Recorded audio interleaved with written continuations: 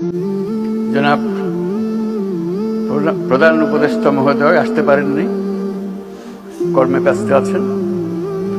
সেজন্য তিনি 332 নম্বর এআইকে আজকে পাঠিয়ে দিয়েছেন। আজকে এটা গুরুত্বপূর্ণ সমাবেশ, তার কোনো সন্দেহ নেই। দেশের ভবিষ্যৎ নির্ভর করবে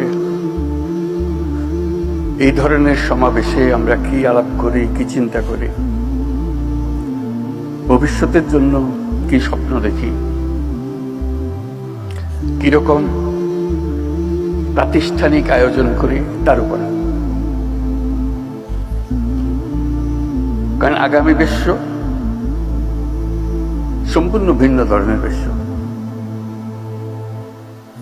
যেটা শুরুতেই এর কথা বলে একটু মনে করিয়ে দিলাম।